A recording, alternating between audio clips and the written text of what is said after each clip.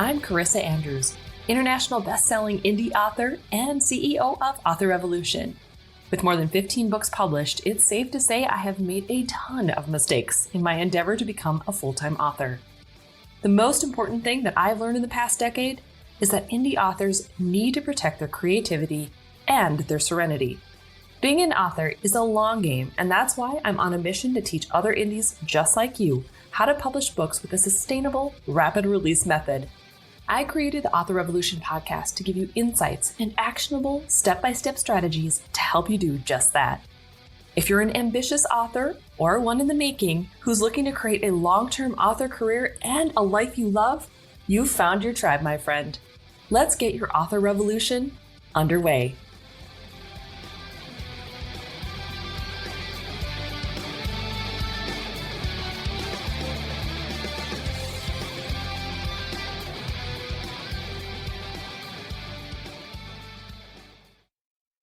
Welcome to another episode of the Author Revolution podcast, my writerly friend. I hope you're having an incredible week.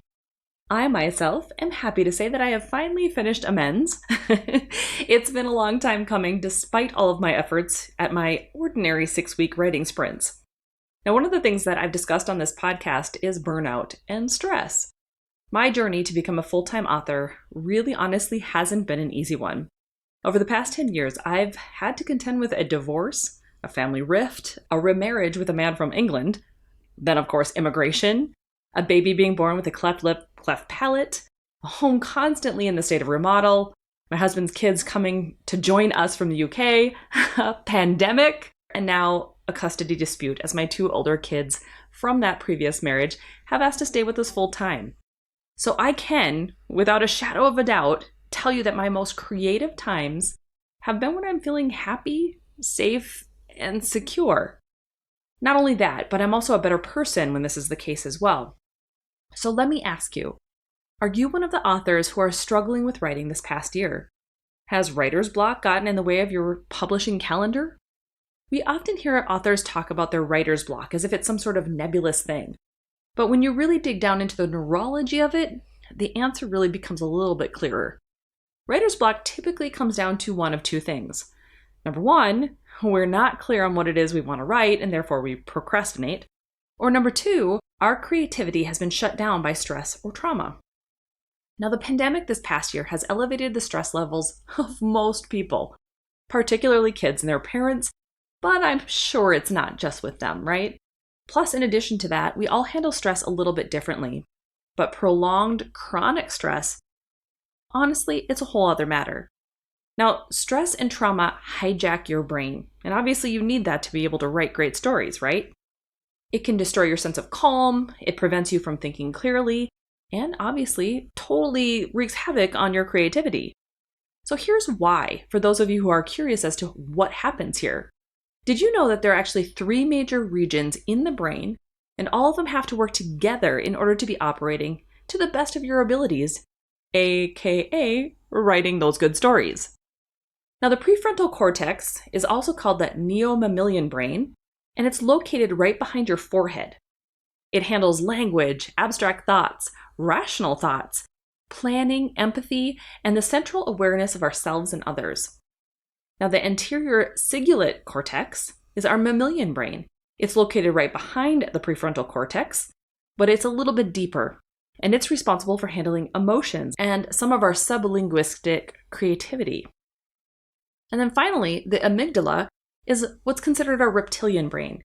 It's also deep inside the brain, and it serves to handle primal impulses, basic body functions, and how we deal with stress. When stress isn't present, we're able to access and function through all 3 levels of the brain, which means we can tap into our abstract thinking and dive into our creative selves wholeheartedly and holistically. However, when stress and trauma are present, our brains shut down and some of the higher function goes into what psychologists will sometimes call trauma brain. Now, trauma brain interferes with the way that we function in pretty much all aspects, not just our creativity.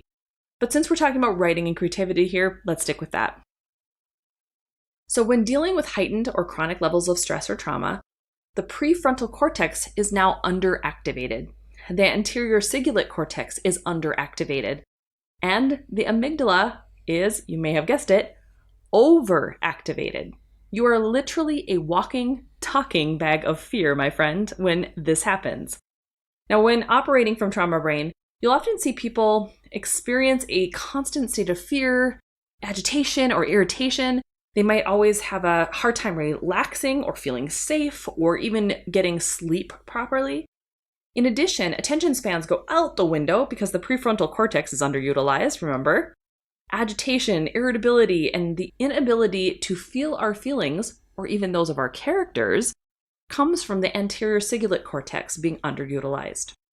I remember during my divorce and then the subsequent rift with my family over it, it was all I could do to function on a day-to-day basis. Now, even if I wanted to write, I wouldn't have been able to do it, I don't think very well. And that's why I published my first book, Pandamus, in 2013, but didn't publish the sequels until 2017. The gap in my publishing career was literally thanks to all of the turmoil and upheaval I had in my life at the time and trying to sludge my way through trauma brain. However, I can also say that chronic stress, burnout, and trauma in other forms has also taken its toll on me at different times as well. Once the divorce issues were past and the rift was healed with my family, I was still operating on survival mode because I didn't heal that. I didn't feel safe or secure enough, so I worked constantly in order to fulfill that void. Now, trauma for me turned into chronic stress, and while my trauma brain, I would like to say healed, the amygdala was still running the show in so many ways. I found it extremely hard to connect on an emotional level to those around me. And for an empath, I'll tell you, that felt super strange.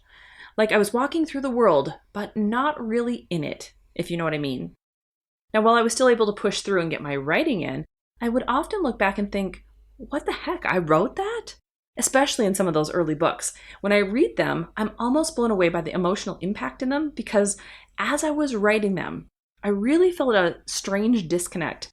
Like I knew this is how I would feel and how others probably would feel, but I was not personally able to feel it at that particular moment in time. I'm just glad that it doesn't come across that way in the writing, thank goodness. Now, have you ever felt like that? It's super weird. Now, right now, as I go through this new child custody dispute, I keep having to remind myself to stay present and to function from a higher place, my prefrontal cortex. It's very easy for those of us who have had trauma in the past to relapse there once we've been in that place before, if you know what I mean. And so I can see and sense some of the signals in myself, and I need to make sure that I am staying more present or being more proactive with it than ever before.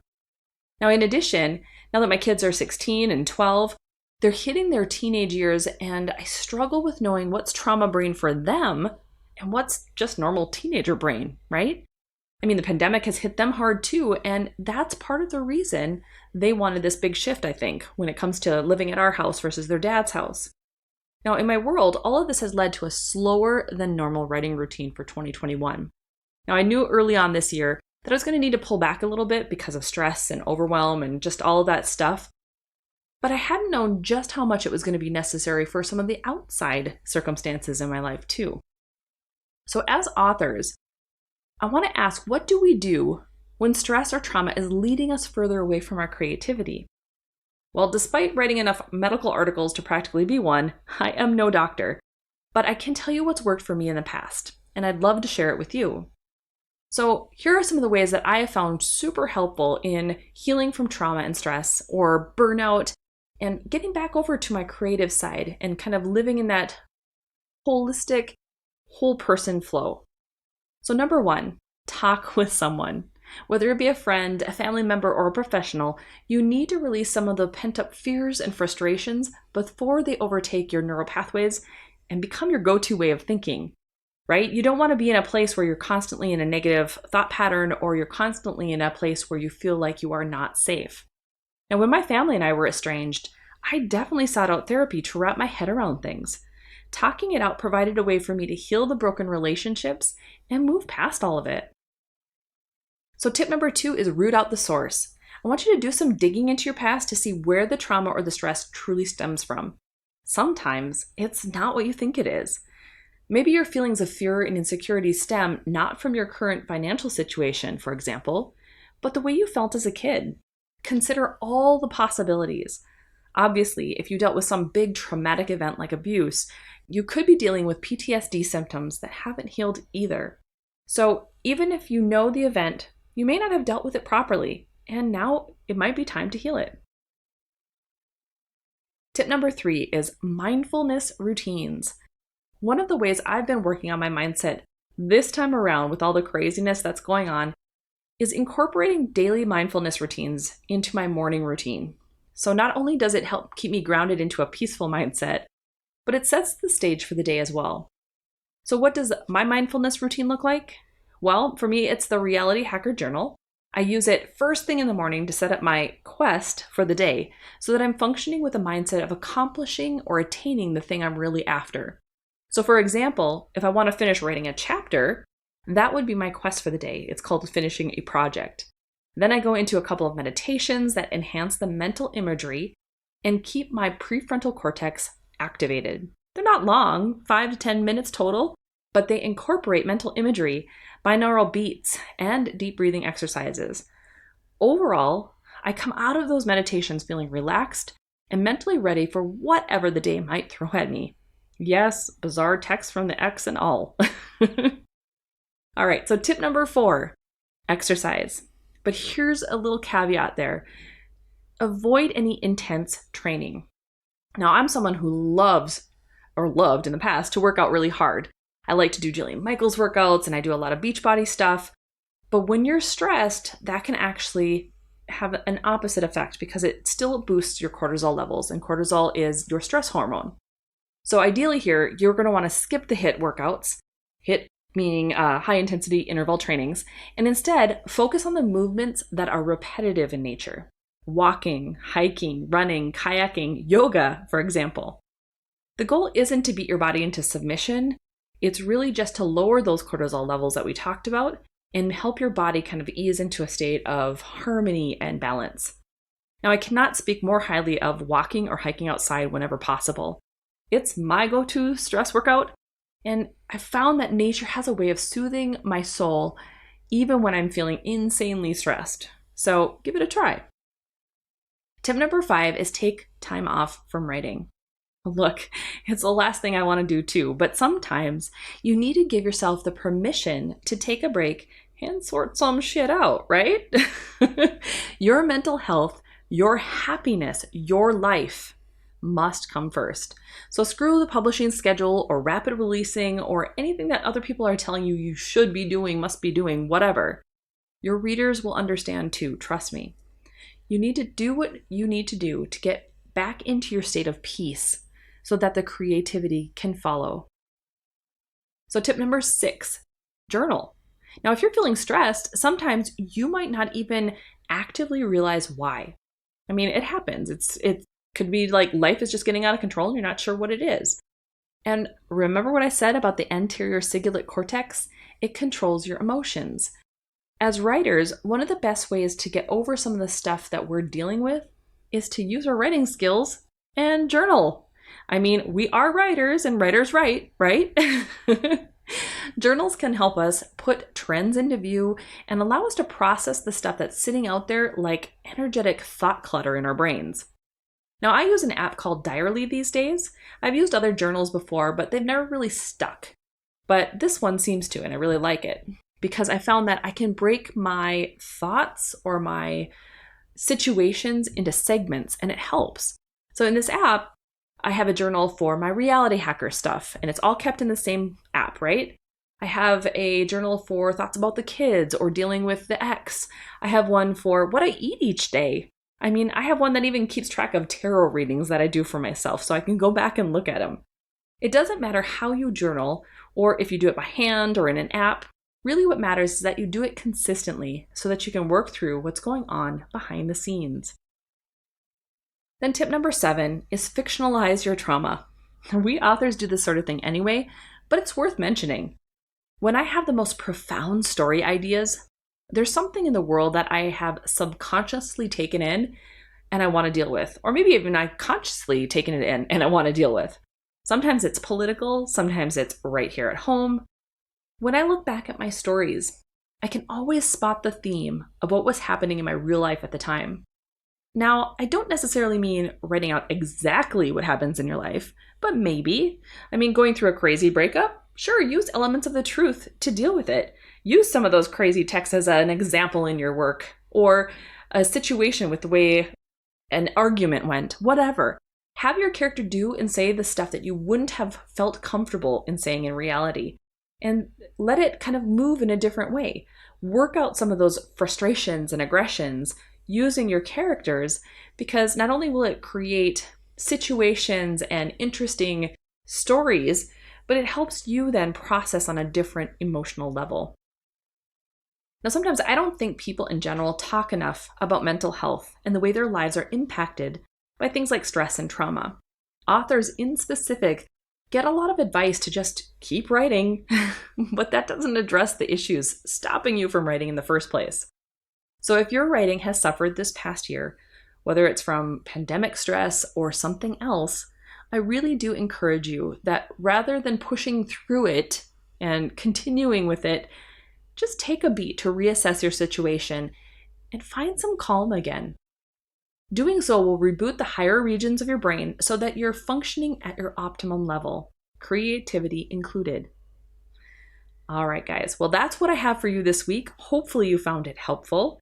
It's obviously been something that's been on my mind and something I wanted to share with you this week. Now, as always, if you'd like to download today's transcript or get links to any of the apps or items that we talked about today, you can always head over to authorrevolution.org/82.